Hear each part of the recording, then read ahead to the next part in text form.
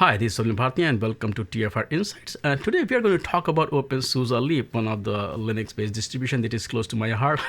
I'm a user myself, so there might be a little bit bias that I have. But today we have a great team from OpenSUSE and SUSE, Luboš Kotzman, release manager of OpenSUSE Leap, and Marco Varlis, architect of developer technologies and AIML. First of all, Marco and Luboš, welcome to the show. I wish we could have done it in person, but well, we have to do it online. So let's do whatever we have. So let's start with the new release of OpenSUSE Leap. Luboš, since you are a release manager, I want to ask from you, it could be an interesting question, that when we look at the Linux landscape, desktop is just one of the many, areas where Linux has been used. When I look at Linux on desktop, I look at its developer platform. So if I ask you, who is the target audience for OpenSUSE today? Are you talking about Leap or Tumbleweed? That's a very different answer for both cases. You're right, but Tumbleweed is rolling release phase for people who want to keep up with the latest packages, like people like Greg or Linus. They may want latest packages, but for average developer who want to use it as a platform to develop their tools, they might want something more stable. So yeah, you can explain in both contexts. So generally, I feel the Leap is actually designed to, we call it, bridge the enterprise and community. So we are trying to do this, obviously, with Leap. And I would say that the core is supposed to be really stable, and everything else, which is like above the core, we try to actually have as up to date as possible to enable developers to use latest libraries and so on. In opposed to that, Tumbleweed is more like you've mentioned it. It's a rolling release for people who don't like to use upgrades every once a year. And I would say they're more bleeding edge, and you pay the price, right? Sometimes, the update may not work as you expect, and you are supposed to have some sort of knowledge actually to be able to fix it, deal with the issues on the go. But then you do not do any major step. You always do minor updates all the time, which is maybe preferred by some users. Right. While in opposed to Leap, you do it once per 12 months, which is considered a bigger update. The interesting thing with Leap is, Tumbleweed is that even if it's rolling release, unlike Arch Linux, it's very well tested, so you get a mix of well tested rolling release. Yeah. Talk a bit about some of the new core features that personally you are excited about in this release. Most visible ones are UI changes. So we have new KDE 5.18, Plasma to be specific. Then we've updated GNOME to 3.34. So these are the most visible ones, but there's a lot of smaller changes as well. For example, Sway is getting a lot of attention. That's the new tiling manager, window manager. Sorry. So these are the most visible. Then we can talk about container technologies, where we have also quite a lot of new packages. For the first time, we have Kubernetes actually bundled in the distribution. We have also Cryo here. So there is a huge amount of changes. Marco will talk about everything which is changing in AIML, which I believe will be interesting for the audience. So that would be the highlight. We have the full page, which has huge changelog of KDE itself. That's 2 A4s just for KDE. So I would prefer if people would actually reach it from or read it from the page. I don't want to say that, but I don't want to kind of upset anybody. But I always felt that OpenSUSE's KDE experience is, even GNOME was, because while you guys don't touch the base, but you do minimum customization to make it more, because otherwise when you get a stock Plasma is actually KDE is the community, Plasma is the project. When you get the Plasma experience, the vanilla is, no offenses to developers, but it needs some juice. And OpenSUSE branding, the green and black, it just makes it more visually appealing. So yeah, you guys do a lot of great work in the kind of integration of a lot of technologies there.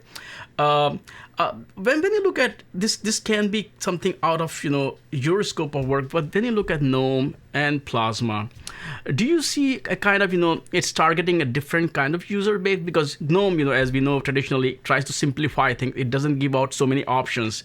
On the other hand, Plasma, it's like onion layer. You keep peeling, you'll see more options, and sometimes that's what a lot of people like, and sometimes that's what a lot of people don't like. So from your perspective, what do you think about it? Like GNOME versus KDE in Leap, I would say that KDE we are actually using the LTSS version, so there is not supposed to be that many changes, to be honest. I personally, every single time, I have 2 laptops at home. One is actually borrowed from one of the companies for testing, and that's my KDE deployment, and the work laptop is with GNOME. So I have actually option to just switch in between them like almost seamlessly. And I don't know, like I guess it's for everyone. Everybody needs to find what he likes about the window manager. And for me, like I can obviously see that on this release, like KDE is adding quite a lot of new apps, for example, that were not available in the previous release. While in GNOME, you kind of get the experience of like, it looks slightly different in my opinion, but you don't see like a completely new application for something, you know, specific in GNOME. At least this is my initial experience from this release. This could be a little bit controversial, but there is a kind of package warfare going on there in the Linux world. Flatpak is there, then Snap is there. Richard Brown used to hold very strong opinions about package managers versus getting such binaries. So what is OpenSUSE aligning towards? Or you are still staying kind of neutral, or you want to go with Flatpak, or you want to go to Image App, or you want to go with Snap, or you want to do your own something? For Leap, that would be question of what happens in the factory, right? So we have it a little bit easier than my colleague Dominic, for example. But I don't see a single opinion. I feel like people have their own preferences again. So right now, I would say Zypre is way to go in OpenSUSE. Mm-hmm. And we'll see about future. I personally, I feel I didn't use Flatpak that many times. I've had experience with Snap just once for Rocket Chat. So I'm mainly on the standard packaging side, but I'm completely open to Flatpaks. Like if we will actually like decompose the distribution, and maybe it will be a container-based, desktop as Richard is proposing, and so on. We will have to look for new technologies. So far, we are not yet there, in my opinion. If you look at SUSE and OpenSUSE, the chemistry is a bit changing. SUSE is trying to bring both. I had a great discussion with Gerald and Matthias there. There is more or less like, because when I look at SUSE and OpenSUSE, what I feel is that one advantage that Ubuntu has is that you can be running the same Ubuntu on your developer machine, and then you can push it on your production machine. And then if you want, you can get support and everything. So it kind of lowers the barrier for entry, because you can very easily work on the same code base against the same binaries. That kind of becomes a bit tricky with SUSE, with SLE and OpenSUSE. But I think some changes are happening, and it's coming closer together. What are your thoughts about it, and how does it affect your job as a release manager? The effort to bring these two code streams closer makes sense, I feel, because I see a lot of efforts on both sides. Like, you have to accept the same submission. It has to go through two different pre-integration testings. Well, maybe we can do a unified effort on this side. So I would say this will be probably the biggest difference since previous releases of Leap, because we've started essentially with the coming closer in 15.2, and we are planning to finish it in the next release. So you can see why am I busy nowadays, because we have a prototype which is based on the new approach, which will be basically build OpenSUSE Leap out of SLE binaries and put all of the package that we actually have from factory on top of that, and try to bridge these together, kind of make the bridge a little bit shorter, I would say. And it brings new challenges. We will have to figure out how to be efficient, because the current way how we build Leap is quite different. Like basically the entire distribution can rebuild itself. If you base it on pre-built artifacts, like you kind of break the chain, and you just need to make sure that everything works, and you need to make sure that the pipeline to integrate it is not blocked on certain, we need to rebuild this binary, and we cannot just wait 4 days, for example. So try to make it a little bit seamless, even with pre-built artifacts.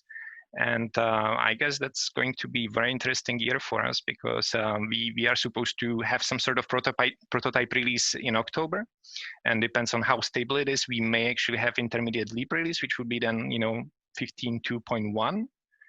So that would be the next OpenSUSE release.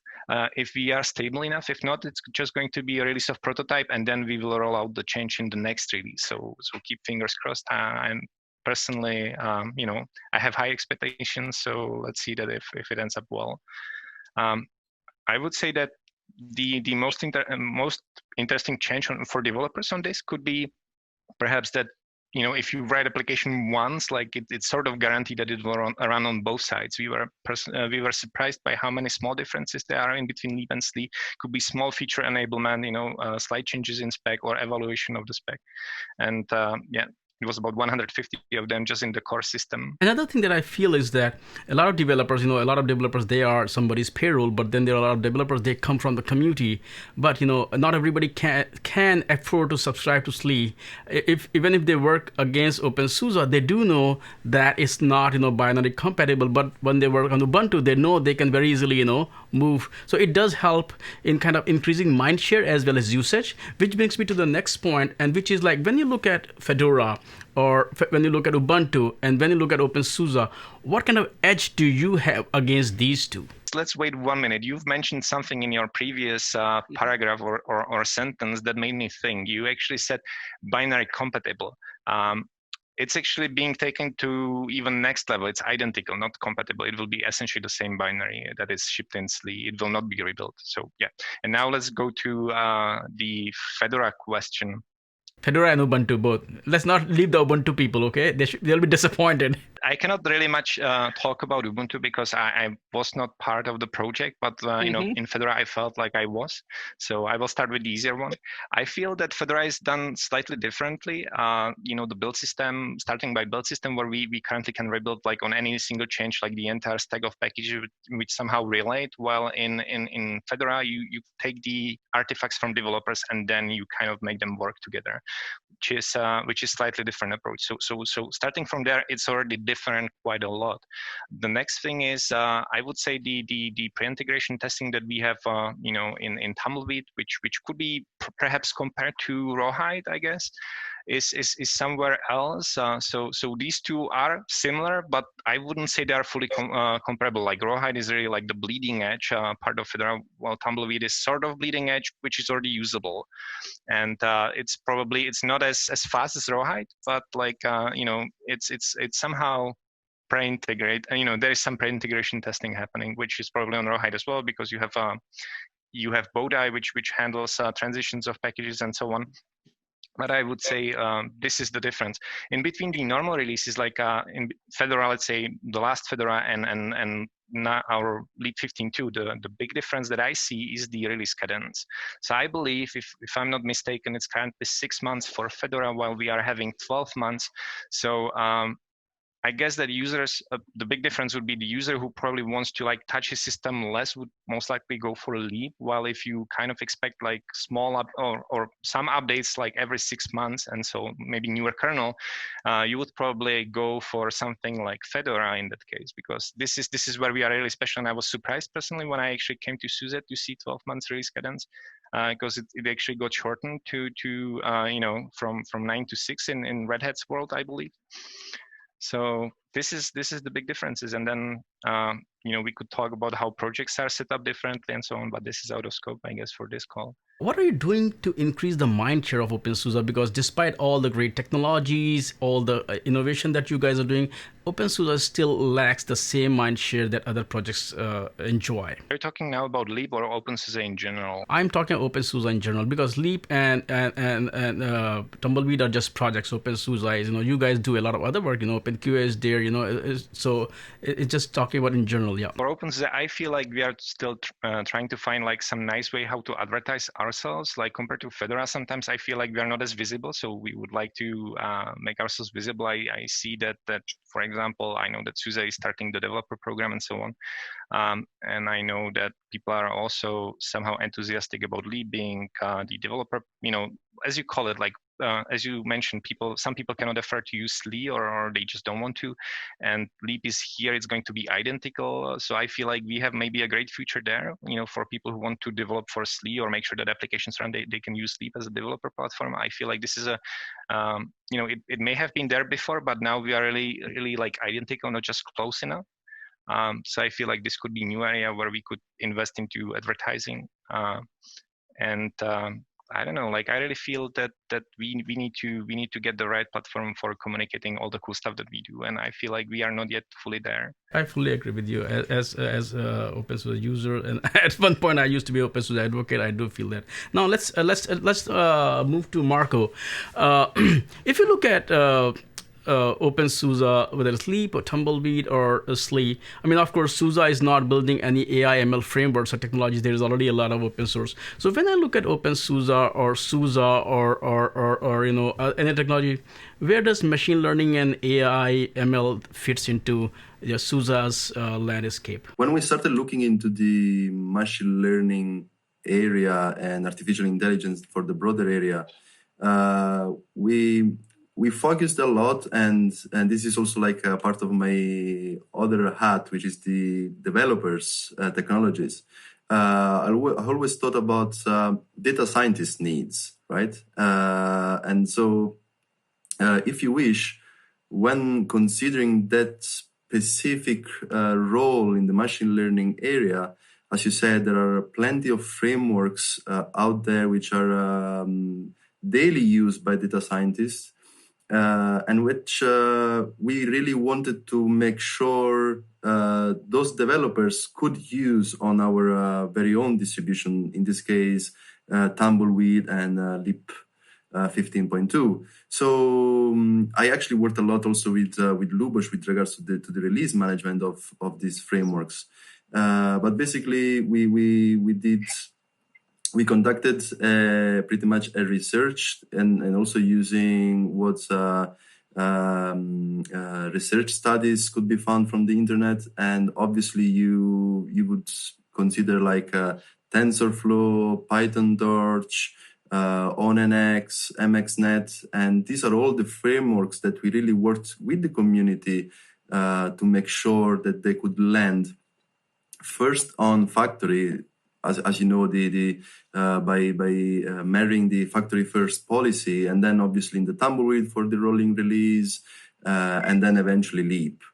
So I'm totally thrilled, to be honest, that now the data scientist community could use OpenSUSE, either Leap or Tumbleweed, for these frameworks, which are extremely powerful. And they can finally really use them on our OpenSUSE distributions. I'm so happy about it. And if you look at data scientists, framework is just one of the many components that they use. They use models and there are a lot of things. So you did mention PyTorch, you mentioned ONNX. Can you talk about when a data scientist or researcher, they look at OpenSUSE, whether it's Leap, Tumbleweed, or even SLE, do they see a well-rounded distribution that is ready to run their workload? And if yes, yes, you did mention, but if you can just say, hey, this is the models that you get, this is the frameworks you get. Can you talk, just go a bit in more detail? Yes. So, as you said, and you're totally right, the actual AI or even the ML stack is actually quite huge. And when it comes down to the development of a model and then to deploying this model to production, then there are different needs.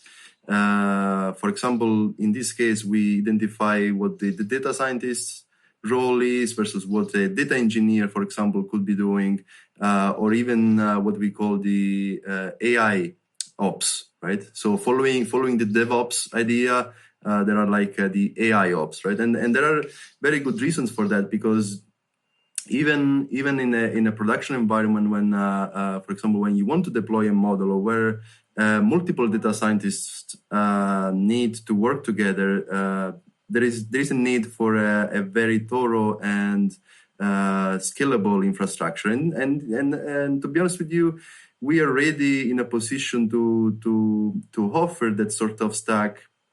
When you think about things like, for example, running containers on Cubic, for example, or versus more enterprise distributions, which could be the SUSE CASP, right?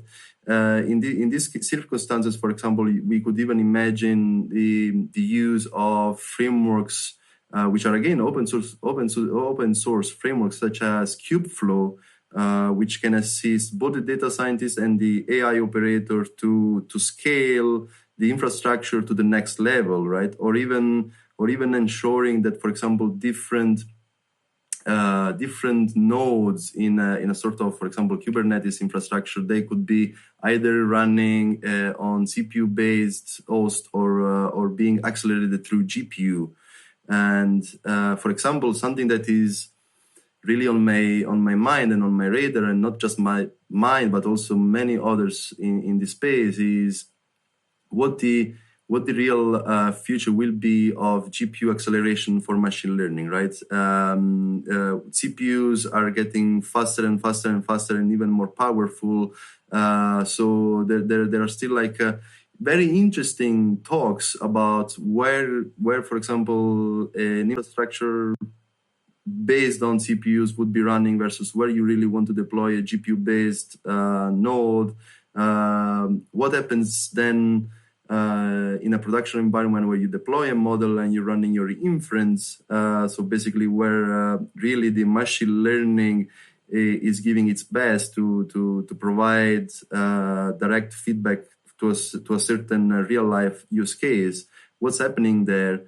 And for example, something that is really interesting these days, when you think about all these seriously huge ecosystem, a use case which is really getting more and more predominant is the automotive with machine learning, right? I mean, if you think and if you see what's really happening with the Tesla and all these other autonomous car driving, when we think about the amount of data that is being consumed, for example, to be fed into a machine learning model for automotive, is just like a tremendous amount of data. We're talking about petabytes, right? And so in that case, for example, we will have to consider also storage solution where all this data can be hosted and then eventually consumed in an efficient manner. And all of that is being very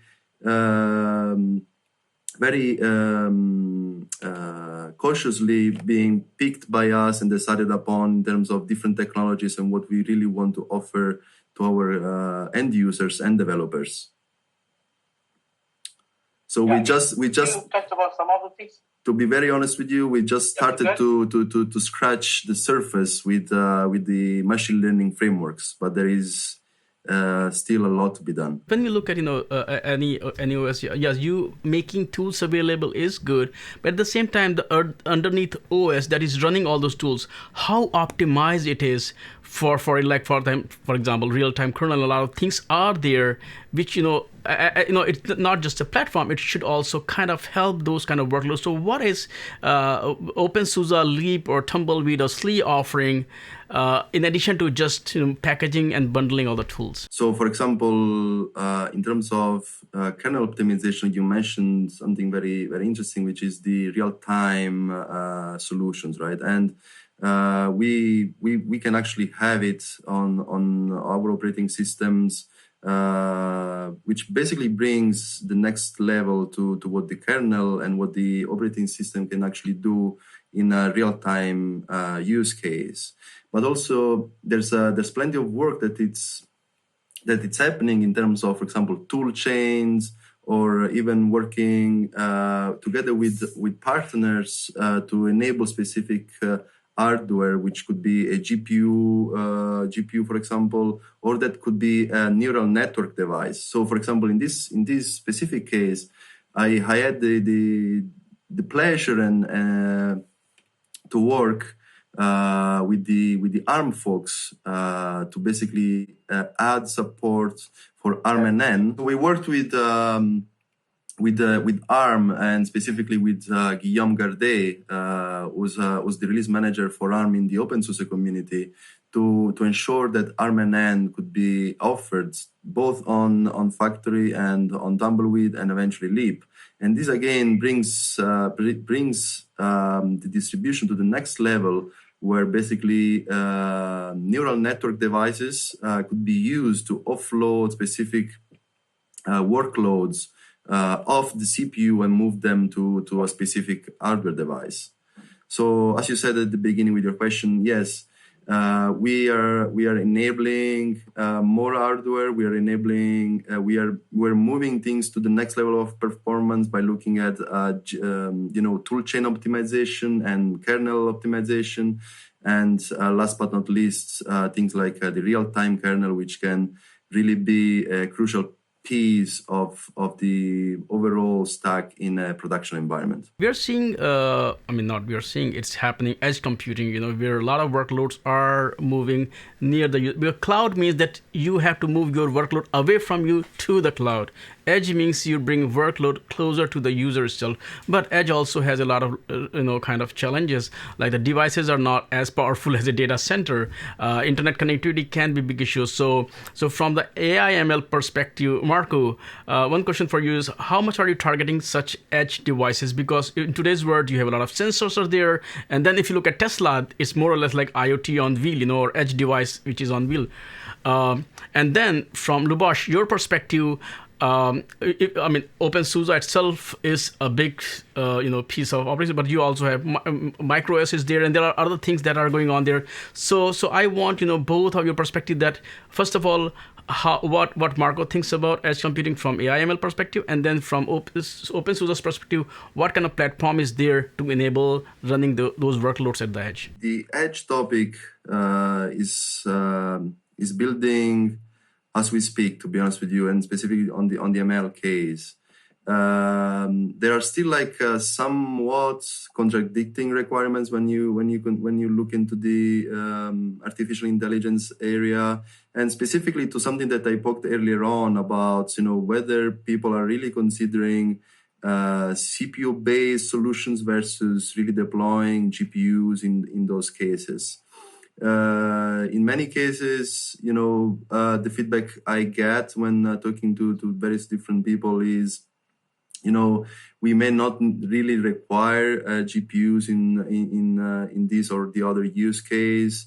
And that also has a very important aspect, which is the cost of the device that you obviously deploy at the edge, right? So obviously the more hardware you have in there, the more costly that equipment becomes.